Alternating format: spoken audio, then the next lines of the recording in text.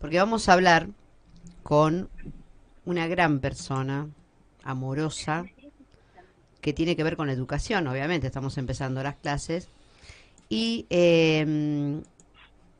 esta docente, más que docente, bueno, directora de escuela, ha llevado ya durante su vida una marca que tiene que ver con la inclusión educativa. Y qué mejor, ¿no?, que hablar con alguien así para poder nosotros comprender, entender e internalizar lo que verdaderamente implica una auténtica inclusión educativa. Y vamos a hablar con Silvana Corso. Silvana, ¿estás ahí? Hola, ¿qué tal? Buenas tardes, un gusto. Y para nosotros más, quédate tranquila, para nosotros mucho más. Silvana, estamos hablando de inclusión educativa todo el tiempo, ¿viste? Pero a veces nos damos cuenta que mucho queda en la teoría, ¿no? Ya sabemos que este nuevo modelo, paradigma, implica una nueva mirada, como te contaba el otro día, sobre el otro. Y la primera pregunta que te quiero hacer, si, ¿qué Mm. mirada tenían sobre vos cuando vos eras chica? Bueno, Eh, la mirada, claro, acá el tema de la mirada del otro tiene que ver un poco con todo lo que tenga que ver con la sociedad y tu primer contacto después de la familia es la escuela, ¿no? Y la mirada de la escuela tenía que ver con esta diferente que no aprendía, ¿no? La lenta del aula, vamos a y que te aclarar, posicionaba en ese lugar. vamos a aclarar a la gente que eso que estás diciendo era lo que, la mirada que tenían sobre vos cuando tenías cuántos años. Y 6 años, mi maestra de primer grado me decía tortuguita, imagínate. Mirá vos, y hoy por hoy O eso sea, es no terrible. me decía que pase al frente Silvana, ¿eh? Tortuguita pasa al frente. Digo, es algo que yo al día de hoy todavía lo tengo ahí como me Muy, puedo visualizar pasando al pizarrón Ujú, con ese llamado. ujú.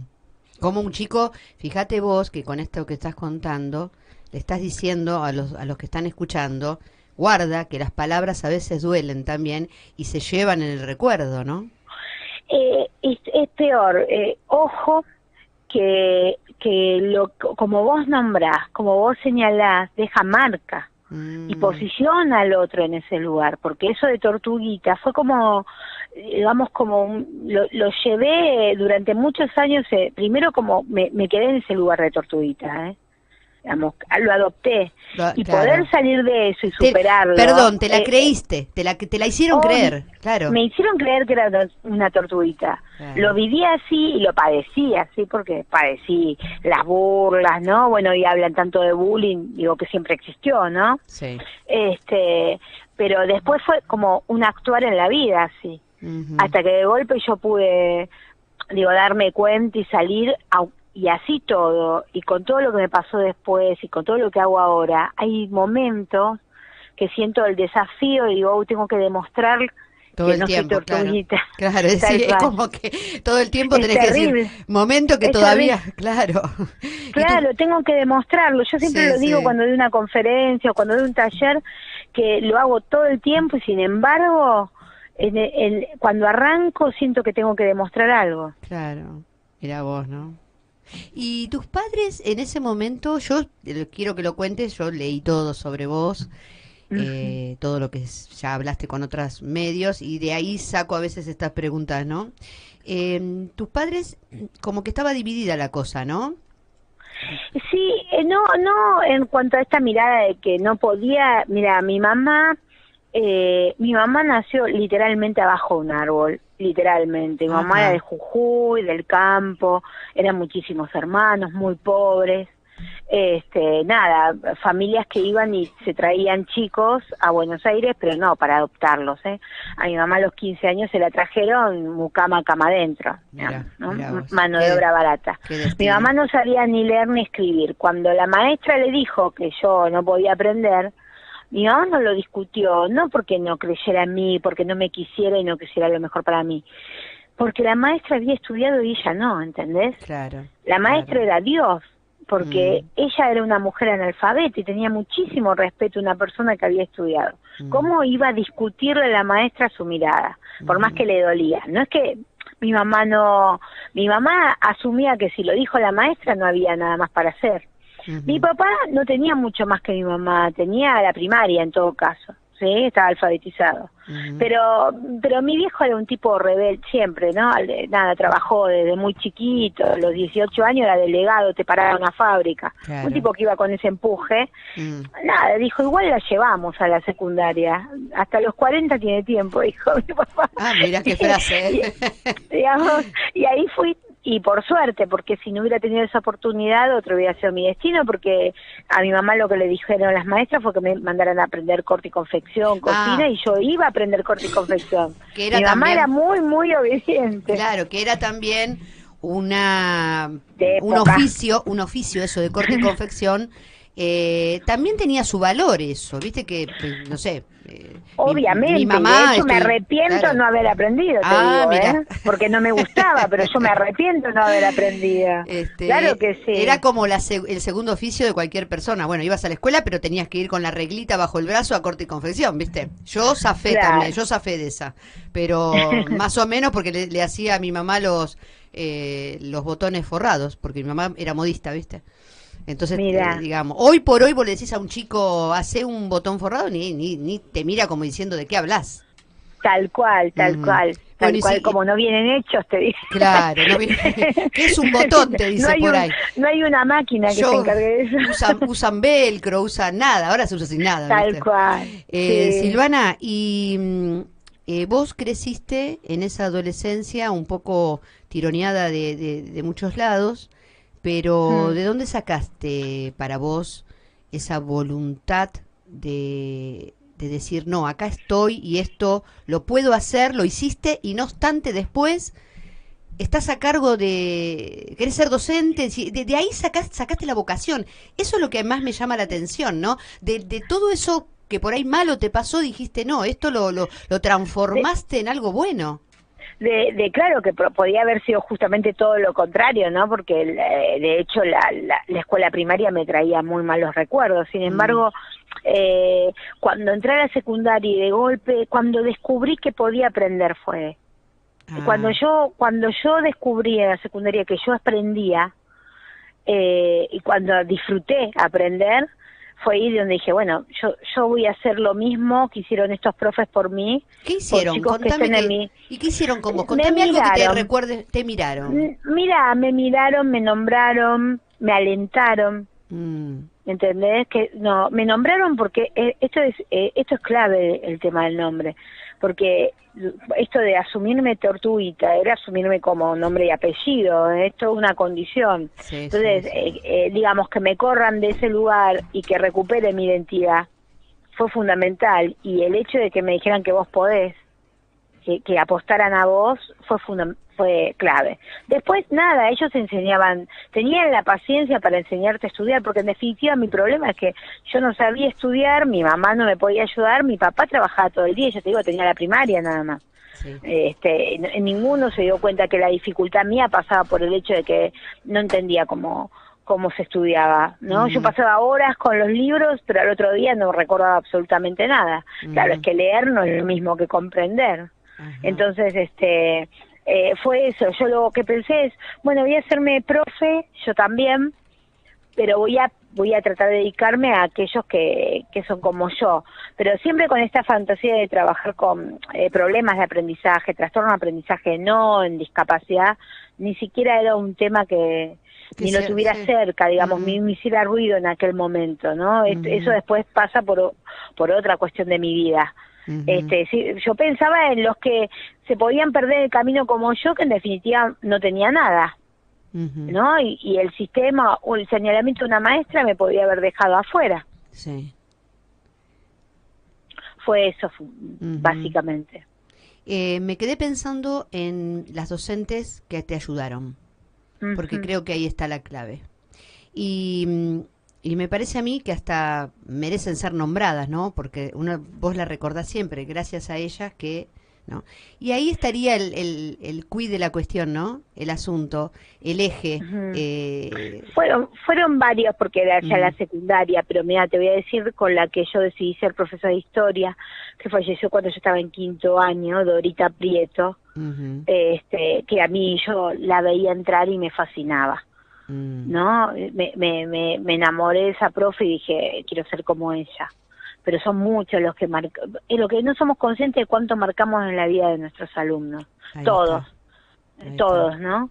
Creo que no somos conscientes de que cuando entramos al aula, la forma en la que entramos, la forma en que los miramos, cómo nos relacionamos, cuánta huella deja en el otro, ¿no? ¿Qué nos pasó a los docentes? ¿Qué pasó en los maestros que se perdió eso? En parte, no digo en todos, ¿no? Sería injusta, pero ¿qué pasó? Que esto de la inclusión cuesta tanto en cambiar esa mirada, ¿no? Cuesta tanto realmente, porque hay colegios que se llaman inclusivos y no lo son, hay docentes que creen que son inclusivos y no lo son. Entonces, evidentemente, no sé si hay una rebeldía, o hay una negación, o hay una improvisación. Es que primero habría que aclarar a qué nos referimos hoy con inclusión, ¿no? Porque no es que el maestro, estoy segura que no hay nadie que haya seguido la docencia si no fuera por vocación, porque si alguien lo hizo para hacerse millonario, se tuvo que haber dado cuenta rápido que no iba a pasar, ¿no? Claro, tal cual, tal Básicamente, ningún docente es docente si no tiene la vocación de serlo. Lo que creo es que nunca fueron los mismos los alumnos que digamos, en nuestra época con los chicos que tenemos hoy, por un montón de cuestiones. No vamos a hablar digo, no de la situación económica, simplemente el hecho de nacer en otra época, con otros estímulos, con otras posibilidades que lo convierten en chicos por ahí que son más inquietos, ¿no? Que están tan estimulados en casa, tiene tantos estímulos en casa que de golpe llegan a una escuela que todavía sigue funcionando como en el siglo XIX. Claro. Y entonces ahí viene el desajuste y el hecho de, bueno, que el docente diga, que es lo básico, ¿no? No fui preparado para esto. Pero yo siempre digo, nunca fuimos preparados para los alumnos reales. Históricamente fue así. El profesorado te prepara, viste, para situaciones ideales. Claro. Vos de golpe llegás al aula y nada es como te lo habían contado. Entonces, en el profesorado, el profesor de prácticas te dice que con 5 minutos de motivación te lleven ideas previas, ¿entendés?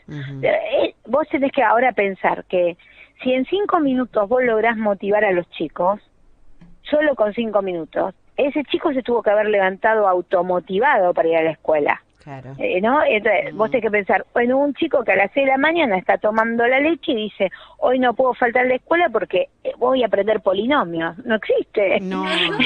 ¿Me entendés? No, o sea, es más, no desayunan. Claro, entonces, olvídate que va a venir motivado. Entonces, con 5 minutos vos no motivás. Claro. Y probablemente no te lleva ni una idea previa. No estoy subestimando a los chicos, digo, como lo veníamos enfocando. Hoy tenés que usar otros recursos, y que son clásicos también, nada más que, volver a algunas cuestiones que se usaban antes, con material concreto que ahora se descartó. Todo es tecnología, y no todo es tecnología en la vida, ¿no? Es un poco de todo. Hay que darle todos esos estímulos a los chicos para agarrarse. Pero... creo que una de las cuestiones es que hay un discurso instalado en inclusión, pero que hoy lo que está más interpelando a la hora de pensar la inclusión, ni siquiera ya es con el tema de, digamos, lo que era la base de la educación popular, el trabajo en contexto de pobreza, de villa, porque creo que ya hay todo un recorrido hecho, ¿no? Que me parece que es por el lado de las personas con discapacidad, por el hecho de que hoy las familias están empoderadas, luchan por el espacio común, que antes se resignaban en esa lucha, ¿no? Y me parece que lo que les está pasando ahora a los docentes es que a esta realidad, el chico inquieto, el que no come, como vos mencionabas, ¿no? El que viene de un contexto de violencia, el que además el chico con discapacidad, y entonces sí, viste, los profes dicen, ¿cómo hago? Claro. Porque lo que no cambió es lo que te pide el diseño curricular, no cambió la forma de programar, o sea, la planificación, los tiempos escolares, que no son los tiempos de los chicos, y entonces vos tenés que hacer que todo eso encaje en un formato, que nunca encajó, ¿no? Y ahora se nota más que nunca. Y de ahí viene la resistencia, claro. Y la resistencia es, claro, uno resiste porque le tiene miedo, no porque no quieran. Yo creo que es un tema de miedo. Y a veces a los hay docentes, algo de la comodidad de salir de la zona de confort, seguro que hay algo de eso, pero también hay algo de miedo, porque el que es docente de verdad siente responsabilidad por el otro, ¿entendés? Entonces el miedo es, y lo hago mal, y esto, cuando sos consciente que le podés arruinar la vida al otro. Por ahí, en mi caso, que no tenía una discapacidad, no era consciente la maestra de cuánto me estaba perjudicando en ese comentario. Imagínate encima con discapacidad, Claro. haces algo que no, ahí que sos como más consciente porque es muy visible, de golpe por ahí siente esa responsabilidad, y entonces se escuda en esto de la no formación, ¿no? El desinterés del Estado en ese sentido, también a posibilitar los recursos dentro de la escuela. Hay un montón de cuestiones que se van sumando. Vos sabés ¿Sí? que me Lo acordé. que sí, No, perdón, no, cerrá. no, lo que digo es que lo que sí creo que hoy ya, además de ser un discurso instalado, es un hecho, una realidad en las escuelas. Entonces, el discurso se tiene que convertir en acción. Tal cual. Yo a veces me quedo colgada, ¿viste? Me pueden llamar tortuguita también, que estoy acorde, no me molesta, ¿no? Pero me quedé colgada con esto de cómo uno queda marcado de determinadas cosas de los docentes, ¿no? Y nosotros, no sé si te pasa a vos, pero por ejemplo cuando te reunís con las amigas de la escuela, generalmente del secundario, nosotros recordamos todos los profesores que eran, no sé si decir malos, o que han tenido esas características así un poco raras, extrañas y hasta agresivas, y nos acordamos mucho, y siempre decimos eso. Che, ¿te acordás de la fulana? Qué mala que era, o ¿te acordás cuando le hizo tal cosa? Es decir, queda muy presente lo que hace un docente de por vida. Es algo increíble, ¿no? Pero es real. Y eso, que no, como docente no, y como alumna lo tenés represente, y cuando sos docente no tenés conciencia de eso. Claro. Porque no te das cuenta. Yo Claro. siempre digo, viste que hay un tema, los docentes dicen, bueno, yo no soy la familia, ¿no? Yo no soy la mamá, yo no soy el papá, no debo cumplir ese rol. Pero yo siempre le digo a los profes, si tenés un hijo, ¿no? ¿Vos tenés hijo? Sí. ¿Yo me preguntás a mí? ¿O le preguntás al padre imaginario que estamos no, hablando? a vos te sí, pregunto. yo tengo 5. Bien. 5 tengo. 5 hijos. Bueno, bien, bien argentina. Sí. Escúchame. Me hubiera gustado, 5 hijos. te cuento porque ya acá en la mesa se están riendo porque saben lo que te voy a decir. Me hubiera gustado tener más, pero la verdad que da mucho trabajo, Silvana. 5. Yo estoy con uno que no sé qué hacer, con uno solo me supera, imagínate 5. Pero igual, digo, 5 hijos. Lo más sagrado que tenés en tu vida no son tus hijos. Ay, sin duda. Bueno, yo siempre le digo a los docentes, siempre le digo a los profes, lo más sagrado de otras familias lo tenemos en nuestras manos todos los días. Exacto. Entonces, vos no sos el papá y no sos la mamá, le digo, pero sí tenés que cuidarlos como querés que cuiden a tus hijos en otras instituciones, con esa responsabilidad. Lo que pasa que también culturalmente, y esto que vos decías de la escuela del siglo XIX, generalmente en la escuela del siglo XIX, que todavía estamos viendo en muchas escuelas esto, el discurso de un docente es ser el maestro ejemplar, el que sabe todo, el que no se equivoca, el que cumple un rol de expositor y de, no sé, de discurso ejemplar, y bueno, eso muchos siguen manteniendo eso. Entonces, el docente decir, no, mira, no sé de inclusión, la verdad que tendría que aprender, le cuesta mucho a veces, por el orgullo que tienen algunos, y hay una gran cantidad de esto que te digo. Entonces es preferible, entre el miedo y la cultura esa de no, yo sé todo, porque hay mucho así. No sé si vos te chocaste con... No, sabes que a mí me parece que pasa más por el hecho de que, como está muy relacionado al tema de la discapacidad, el hecho de que no tener formación en especial, si sos del ámbito común. Y entonces dicen, si yo no elegí la formación especial, eso lo escuché un ¿por qué montón de ahora? veces. Claro, ¿por qué ahora? Yo no estudié para esto. Yo no estudié para esto, te dicen. Exactamente. A eso me refería cuando comenté esto de bueno, bueno, esto es lo que estudié y yo puedo trabajar de esta manera. Lo que yo siempre invito a reflexionar es que lo que estudiamos y a los que se supone le podíamos dar respuestas, históricamente tampoco la escuela le dio respuesta, sino porque yo era una tortuguita. ¿Entendés? O sea, digo, yo siempre cuento, digo, cuando era chica veía a Señorita Maestra. Sí. Bueno, un clásico, ¿Cómo no? mostrarte la escuela pública, Sí, la sí. escuela que iguala, ¿no? El guardapolvo blanco, pero estaba el estereotipo, Ujú. porque quería mostrarte que estaba el rico y el pobre, Sí. Claro. pero te mostraba la rubia rica e inteligente Sí, y al sí. negrito pobre y Claro. burro, porque era Ujú. así, era, Sí, sí. ¿no? Y estaba Caballasca, que era regordete, y había como también otro estereotipo, ¿no? Tal Gordo cual, y sí. que no aprendía y no podía aprender. Era el Entonces yo típico siempre... ejemplo de la Claro. escuela discriminadora, eso. Y Ahora lo estaban pero ahora lo vemos así. reclasificados. Ahora Pero sí. ahora lo Claro, vemos así. uno puede ver que, o sea, querían con un mensaje demostrar, sí, que obviamente que la escuela pública nos pone en igualdad de condiciones, pero la representación que se hacía ahí era tan cultural, tan de contexto, ¿no? Que era jodido el mensaje. Ujú. Igual más allá de eso, lo que yo te quería decir era que ese caballasca Sí, que decía que le hierve la cabeza, sí, ese caballasca está todo el tiempo en nuestras aulas. sí. Y yo le digo a los profes, y probablemente ninguno de los caballascas tenga discapacidad. Ujú. Sin embargo, no aprenden. Ujú. Entonces, yo no fui preparado para enseñarle a un niño con discapacidad, pero hay un montón de chicos sin discapacidad que a los que yo tampoco hago que aprendan. Ujú. Entonces, lo que tengo que aprender como docente es que cada presencia, cada singularidad tiene que interpelar mis prácticas, tenga o no tenga discapacidad. Ujú. Se planifica para la mayoría, ¿entendés? Ujú. Yo hago una planificación pensando, la mayoría de los chicos a esta edad hace esto, pero esa es la mayoría, ¿y qué pasa con la minoría entonces? Ujú. Entonces yo propongo, planificar pensando en los límites, el que menos puede y el que más puede. Claro. Digo para poder mantener un equilibrio. Claro.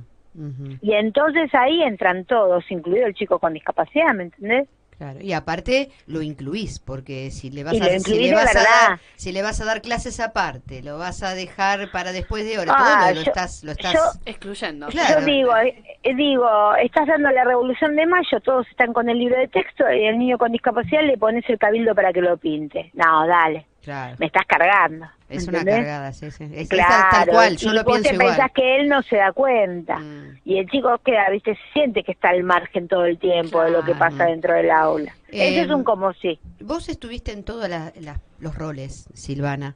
Estuviste Sí. en el rol de, como te decían a vos, ¿no? En un rol de menospreciada, quizás, no sé si está bien dicho, pero, Sí, pero una alumna que se convenció que no podía aprender. claro. Y también estuviste en el rol de madre Ujú. con Cata. Con Cata, sí, Cata que, bueno, nada, falleció Catita a los 9 años ya. Ujú. Tendría que cumplir en abril 19 años. Ah, Cata se asfixió con el cordón cuando nació y Ujú. eso como secuela le dejó una parálisis cerebral severa que si bien era crónica, no evolutiva, las posturas que adquiría, cuestiones de la misma patología, hacía que evolucionara y se mejorara, ¿no? Tenía todo un tema con los huesos, y entonces se iba deformando, y eso le complicaba los pulmones, su corazón vino, digamos, tuvo un coágulo cuando nació, con lo cual se arrancó mal, y bueno, y a los 9 años falleció en el medio de la gripe A. Ujú. Y no saco este tema, te quería decir a vos y también a los oyentes, para dar un golpe bajo a nadie, sino para que si hay gente que está escuchando, que realmente sepa que Silvana Corso pasó desde, como dice el dicho, desde ambos lados del mostrador y sabe de lo que está hablando y sabe lo que hace. Y por algo es directora de la escuela con una población mayoritaria del barrio conocido como Fuerte Apache, en Ciudadela estás, ¿no? Ujú. El barrio, sí, nosotros estamos del lado de Capital, ni Sí. bien cruzan el puente, estamos Ajá. en Villarreal. En Villarreal. Ellos están a 20 cuadras, Ujú. está el fuerte del lado de provincia, pero es la primera escuela que eligen ni bien cruzan a Capital. Que es la Y Escuela de Educación Media Rumania. número 2 Rumania. Y ahí Sí. es donde vos estás desarrollando todo este aprendizaje, no solamente de una formación teórica, sino de una formación de vida que tenés y también de un sufrimiento, así que conocés muy bien cómo sufren los padres. Bueno, es lo que mejor hago ahí en la escuela, digamos, cuando se trata de trabajar con papás, si bien tengo todo un equipo con determinados papás, puedo trabajar muy bien yo sola porque a mí no me la contaron, ¿me entendés? Yo la Claro. viví, entonces Ujú. logro ahí entrar en una en un cruce con los padres bien, de pensarnos, porque bueno, viste, en esto de la discapacidad pasas por todos los momentos. Hay momentos donde estás muy deprimido, hay momentos donde crees que tu hijo puede todo, y otros momentos donde crees que no puede nada, hay momentos que querés matar a todos los que se te cruzan porque estás muy mal, porque la sociedad no te incluye, y entonces vas como peleándote con la vida. Y depende qué momento está atravesando el papá, es más difícil abordarlo desde la escuela. En ese caso a mí me sale muy bien porque la pasé, entonces como que puedo leerlos. Una mamá me dijo un día, yo sentí que estaba sentada y vos me estabas leyendo, y me impresionó, me dijo. Me decís por la porque piel de como que gallina me había porque... dado cuenta lo que le estaba pasando antes que hablara. Claro. Y yo me quedé mirándola y bueno, digo, bueno, ese es el don que me dejó mi hija de poder leer cuerpos, porque como a mi hija había que leerle el cuerpo, de alguna manera eso el ojo lo tengo como muy entrenado, entonces eso puedo trabajar muy bien con los papás, incluso peleándome a veces con los papás, cuando son muy, muy obsesivos de cuidarlos, yo apunto más a la autodeterminación, al autovalimiento, ¿no? Claro. Siempre le digo, no, acá en el hall no, los chicos están en la escuela, nosotros los cuidamos, vienen todas las veces que necesitan hablar con nosotros, pero no a quedarse mirando a ver qué hace y qué no hace, esa es nuestra responsabilidad. Y hay papás que tienen miedo, y bueno, vos tenés que ir como trabajando eso con ellos, y a veces me enojo y le digo, no, esperen en la puerta. Claro. Le pones me lo perdonan, sí, pero la forma, a veces dicen mis compañeros que solo a mí los padres me toleran todo lo que les digo. Pero es por lo que te digo, Silvana, tu experiencia de vida da autoridad moral, que es la autoridad más grande que puede tener una persona. Sí, probablemente venga por ahí esto, sí. Bueno, para cerrar te quería preguntar sobre las leyes. Bueno, sabemos la resolución del Consejo Federal de Educación que garantiza la promoción, acreditación, todo esto de la titulación de estudiantes con discapacidad. Sí, la 311. Exacto. Ahora, yo te quería preguntar si a vos te parece que con esto es suficiente. No, y de hecho hay que analizarla bien, a mí me hace ruido. Para mí es una punta, porque eso como que instaló en educación el hecho de que no es una posibilidad que lleguen los chicos con discapacidad a la escuela común, sino es un hecho ya concreto, ¿no? Como yo veo que los profes están saliendo mucho a capacitarse en este tema, porque ya lo ven como algo que no puede pasar, sino que va a pasar y está pasando. La resolución me parece que como que los puso en alerta, y bueno, salgamos ahora a capacitarnos porque no sabemos cómo vamos a hacer. Claro. Eso por un lado a mí me parece un buen empujón, ¿no? Un paso, pero siempre con sus cosas que hay que mejorar. A mí no me cierra el tema de los proyectos pedagógicos individuales, la resolución es media contradictoria, por momentos dice proyecto pedagógico individual o proyecto pedagógico para la inclusión, y yo me quedo con eso, proyecto pedagógico para la inclusión. Individualizar no es lo mismo que personalizar, y cuando vos individualizás estás apoyado en lo que no puede el chico, y entonces vas a empezar a sacar PPI para todo el mundo, y vas a sacar un título que de alguna manera ya sale digamos, va a ser oficial, pero es un título que ya tiene como menos valor, porque van a aparecer en todas las materias que tuvo PPI, cuando realmente no todo el tiempo es necesario hacerlo. Viste, la resolución dice, tiene discapacidad y certificado de discapacidad PPI. Entonces a mí me los piden, y yo le digo, no, pero tiene el certificado de discapacidad y tiene derecho a presentarlo en la escuela, pero eso no implica que necesite un PPI. Claro. Y entonces está el técnico que interpreta tal cual la resolución y te dice, no entregó el PPI, el expediente viene para atrás. Y vos decís, ¿por qué voy a ponerle un PPI? Porque después voy a tener que ponerle eso en el boletín. Claro. Y bueno, ya estamos. Esto muy creo que lo están revisando y reglamentando, ¿sí?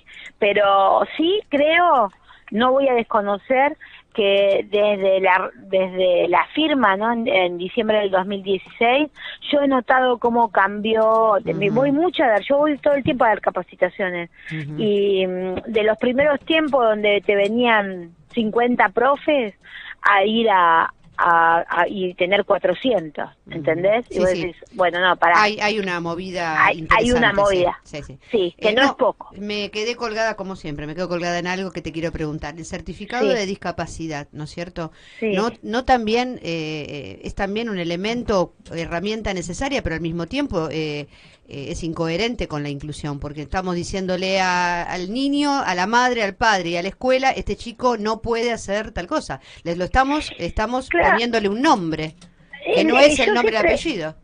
yo siempre lo miro yo como mamá lo miro desde el lado de que sin ese certificado, como mamá de una niña con discapacidad, yo obtuve el certificado de Catalina, no sé, mucho tiempo después que nació, pues nadie te explica. Y ahí hay todo un comercio de las obras sociales. Eso te iba a decir Y yo también, en un sí. momento Mm, sentíamos que nos fundíamos, ¿me entendés? Me daba de comer mi mamá, mm, porque no había dinero que alcanzara para todo lo que necesitaba Catalina, ujú. hasta que alguien nos dijo, pero ¿cómo? Esto te lo tiene que cubrir la obra social. ¿Y por qué? Porque tiene que tener certificado de discapacidad. Entonces, yo a veces lo miro como mamá.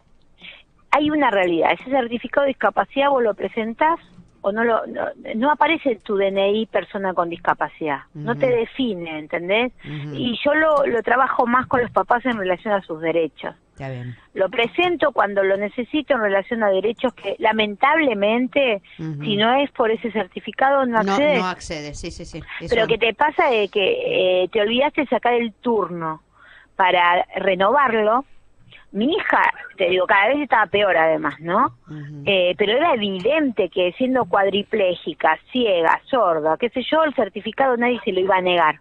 claro. Un año me colgué yo y no, se me venció y yo no había sacado el turno y el centro donde estaba Catalina me la devolvió a mi casa y me dijo hasta que no tenga Mm, no le podemos seguir manteniendo las prestaciones. ujú, Y vos la mirás y decís, si yo voy en 15 días me lo van a dar el certificado. Catalina no claro. dejó de ser una, Ujú. mirala, o sea, le quitas la prestación automáticamente porque tenés Terrible. miedo que la obra social no les pague Claro.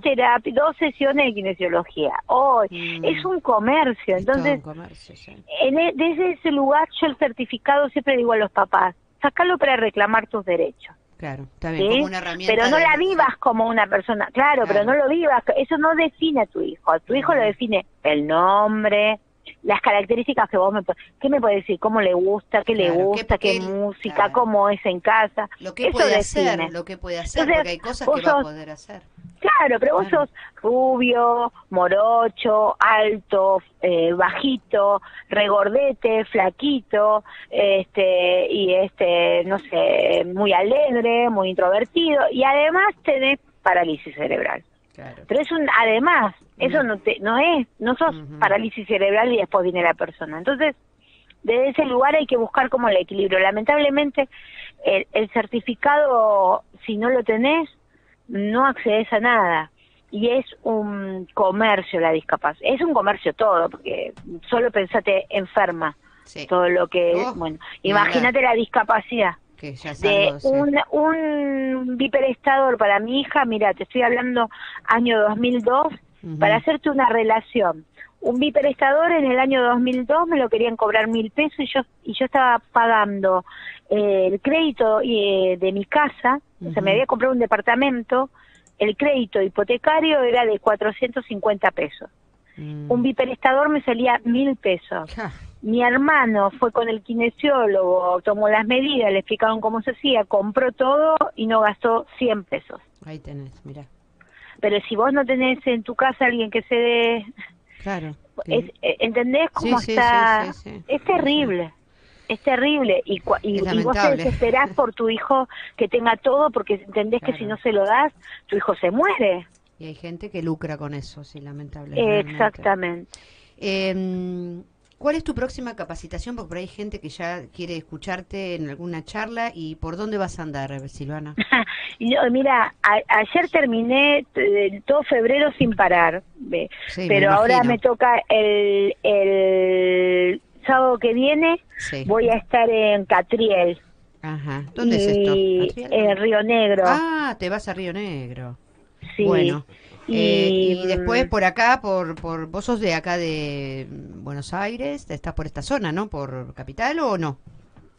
Yo estoy en Capital, sí, pero lo que pasa es que estoy haciendo todas escuelas que es para dentro de, digamos, para su población. Estuve trabajando para los profes de las escuelas que me fueron contratando. Claro, y ahora, próximamente, ¿tenés alguna por acá? Y después tengo San Rafael y tengo escuelas. Tengo una quincena porque después vuelvo a Dubái por lo mismo del premio cuando fui nominada. Sí. Aunque yo ya no lo comenté, hay otros nominados, sí, me siguen invitando. Para lo del premio Nobel en Educación, ¿no? Claro, yo estuve nominada allá por el diciembre del 2016. Sí. Y en ese momento vos tenés que viajar porque estás nominado. Pero igual el año pasado me invitaron como speaker y este año me invitaron para participar del Congreso y me voy el 17, por eso no tengo tanto después ya para abril tengo un montón, pero sí, lo que tengo es más cerrado dentro de las escuelas y abiertos. Uno es en San Rafael y el otro es en Catriel antes de irme a Dubái. Bueno, no, porque a veces las docentes van de escuela en escuela a escucharte, ¿viste? Esto lo he notado el año pasado. Sí, van mucho. Bueno, sí, ayer de hecho estuve en José C. Paz y fueron varias escuelas al evento. Pensé que era para los docentes de ahí, pero no vinieron de otras escuelas también. Creo que acá por Lugano vas a andar después de julio, agosto, septiembre, por ahí vas a andar por acá por Lugano, ¿puede ser? Yo estoy como perdida en mi agenda porque tengo toda la agenda 2019 completa. Sí. Entonces, si te digo, te miento, pero sí porque tengo por todos lados. No, bueno, perfecto. Por suerte... ahí seguramente te voy a ir a ver. Bueno. Es un instituto donde yo trabajo como docente y hacen unas jornadas. El Instituto Superior Nuestra Señora de la Paz, todos los años hacemos unas jornadas y este año le toca al área de psicopedagogía. Y por lo que sé, tu nombre andaba ahí. Así que dando vueltas. Sí. Por eso te preguntaba entonces, ya tendrás, todavía falta, así que por ahí ahora estás más con la mente puesta en estos viajes, ¿no? Que son próximos. Es como lo mío es semana a semana porque en muchos lugares doy talleres, entonces es como que tengo que pensar dónde voy a estar, para cuántas personas, ver los materiales, más la escuela, porque yo a la mañana voy a la escuela. Claro. Yo viajo los viernes, yo trabajo solo en la mañana en la escuela, entonces mi turno termina a las 13 horas, y entonces de ahí a la tarde hago otras escuelas si me llaman, o profesorados, y los viernes a la tarde... generalmente es cuando viajo para dar eventos el sábado en algún lugar, como el viernes que viene que me voy. Perfecto. Para Catriel. ¿Tenés un sitio web, alguna página tuya donde vos escribís? La página de Facebook es Cata Ediciones. Bueno. Y ahí ven todo lo que hago y ahí anuncio, o por Instagram me pueden seguir y van viendo donde yo subo todos los flyers y voy anunciando dónde voy a estar. El nombre de tu hija. Sí, Cata. Está bien. Muy bien. Bueno, Silvanita, te mando un abrazo muy grande. ¿Qué decirte, no? Que sos una genia total. Ay, muchas te admiro gracias. Porque pasaste por tantas cosas. Yo tengo 5 hijos y a veces le pido a Dios, a la Virgen, que no le pase nada. Y yo digo, cómo a veces el sufrimiento de otro es la vocación que surge y después esto que das a todo el mundo, ¿no? Tanto amor que das. Incluso con el mensaje a quién llegás, hace una semana atrás una maestra me escribió y me dijo, más allá de lo que me dejaste para el aula, me ayudaste a pensarme en casa, no me acuerdo si me dijo que era la mamá o la abuela con Alzheimer. Y de golpe, o sea, me escribe diciéndome que le había ayudado a pensarse en su casa en relación a familiar, ¿no? Sirve, y digo, wow. Sí. A veces no me doy cuenta ¿no? Pero digo, eso es la misión que me dejó mi hija. Mira, lo mencionás y te lo digo. A mí me sirvió en un curso que hice de inclusión escolar, también con mi mamá que tiene Alzheimer. Si te sirve, somos dos las que te lo dijimos. Sí, es otra mirada. Cambiás la mirada y la cambiás para todo. Tal cual. La cambiás para todas. Silvana, un abrazo muy grande, te deseo buen viaje, seguimos en contacto. Gracias a ustedes, un placer y un abrazo para todos. Bueno, muchísimas gracias. Nos veremos nuevamente. Un abrazo, Gracias. Seguramente, un abrazo. Chau. Chau. Silvana Corso, directora de escuela, y ¿qué más decir de ella? Imposible de mencionar todo su currículum, ¿no? Lo escuchaste, seguramente después vamos a subir la entrevista grabada para que la puedas escuchar nuevamente.